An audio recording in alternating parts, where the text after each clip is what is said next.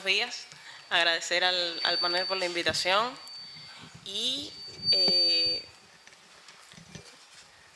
lo que guía esta intervención es la razón de mi presencia aquí. O sea, ¿qué podría aportar a este panel a alguien cuya vida intelectual apenas está comenzando? Y creo que ese es el sentido de estar hablando acá. ¿Qué retos, qué desafíos pudiera encontrar un intelectual en potencia en el mundo tan complejo que vivimos hoy? Lo primero que me viene a la mente es enfrentar la infodemia, la pandemia de información, el bombardeo mediático, mucha información circulando todo el tiempo, en todos los lugares, hablando de todo lo posible, o al menos así parece.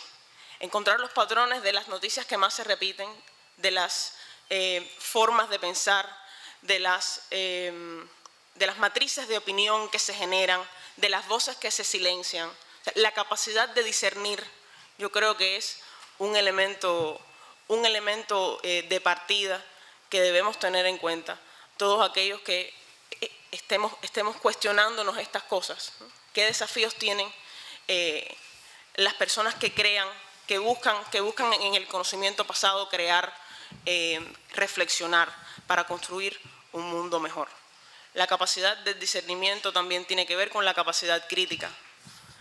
Una de las una de las sentencias más contundentes que he oído de Fidel en los últimos tiempos y que se ha estado retomando incluso por la televisión es esta de que tal cual como están montadas las cosas en el mundo de la información, pareciera que no solo está en peligro las opiniones, sino la capacidad propia de tener su propia opinión. La propia capacidad de pensar de los seres humanos en estos momentos se encuentra en peligro, producto a las agendas y a los intereses que siguen aquellos que dominan los medios de comunicación masiva, que no quieren ciudadanos, quieren consumidores.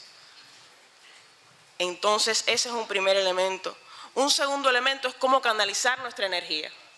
Salimos de las universidades, salimos de nuestro espacio de formación, sea autodidacta, sea formal, sea mixta, con mucha energía y muchas ganas de hacer. Y a veces encontramos que el mundo no va al paso nuestro, o no tiene la capacidad no tenemos la capacidad de insertarnos en las dinámicas que ya están preestablecidas y nos encontramos con inercias, nos sentimos incomprendidos, sentimos muchas puertas cerrarse en nuestras narices, a veces por ignorancia, a veces por vagancia, a veces porque nosotros mismos pensamos demasiado y nos tomamos demasiado en serio, y es algo que debemos tener en cuenta también cuándo y cómo nos acercamos a los lugares, cómo identificamos a los lugares en donde podemos completar nuestra formación y poner lo que hemos aprendido en servicio de los demás. Y en ese sentido, encontrar nuestros maestros y encontrar nuestros referentes es especialmente importante. Como quienes queremos ser, en quién nos vamos a inspirar y para qué.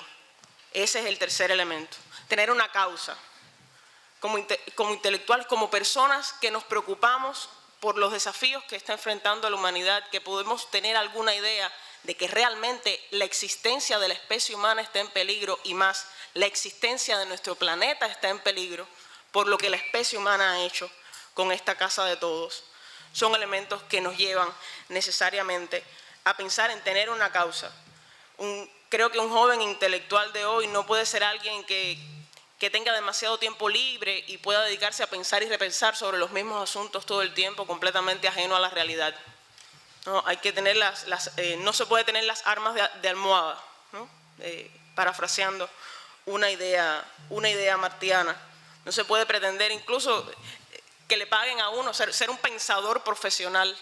Hay que tener cuidado con eso, con esa enajenación a la que tendemos los que pensamos y repensamos mucho.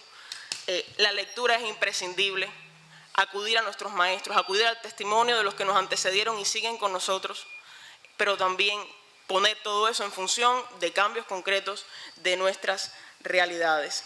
Y por supuesto, para eso hay que tener un método, hay que encontrar un colectivo, mentes afines, identificar con quienes podemos potenciar nuestros saberes o nuestras capacidades en función de servir más y mejor.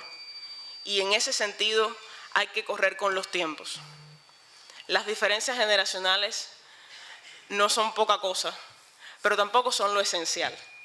Esto de que la tecnología es de jóvenes, mis padres tienen más seguidores en Twitter y en Facebook que yo. O sea, hay elementos que condicionan nuestra capacidad nata de interactuar con la tecnología, siendo generaciones que nacieron con el teléfono en la mano, literalmente ya vemos ese proceso, pero también tiene que ver con las capacidades personales y con los intereses de uno. Y en este sentido, entender las diferencias, me permito parafrasear a un comediante estadounidense muy famoso en YouTube, que dice: los millennials nos creíamos progresistas porque hablábamos del matrimonio gay, y de repente llegó la generación Z, que dice que el matrimonio debe ser entre más de 2 personas, que el género es una construcción social que debe abolirse, que somos no binarios y que la sexualidad es fluida. Todo cambia y debemos ser capaces de entender estas diferencias y encontrar los puntos que verdaderamente nos unen. Y para terminar, si bien a nivel global podemos hablar de millennials o estas generaciones y tal, debemos tener siempre presente la dimensión de nuestras naciones y nuestras realidades concretas. Ahora mismo, nuestra generación es una generación del centenario también. No del centenario de Martí, sino del centenario de Fidel. Y la generación del centenario de Fidel tiene un compromiso ineludible con el rescate de muchas de estas ideas que han quedado flotando en el aire, que quedan flotando en el aire y vigentes porque hablan de fenómenos que no hemos sabido combatir a cabalidad y que siguen siendo retos y obstáculos que tenemos que enfrentar. La vigencia martiana, la interpretación negativa de la vigencia de José Martí es esa, que lo que predijo, los problemas que denunció, no solo existen en la actualidad, sino que se han agravado. Pero la visión positiva de la vigencia martiana en la visión de Fidel es que siguen siendo paradigmas para enfrentar esos problemas y siguen teniendo respuestas que darnos, siguen siendo misterios que hay que descubrir y misterios con los cuales tenemos que conectar si de verdad queremos cambiar este mundo desequilibrado en el que vivimos y lograr un equilibrio, una equidad, siempre con fe en la justicia, en la capacidad que tenemos para ser felices, en el mejoramiento humano y en la utilidad de la virtud. Muchas gracias.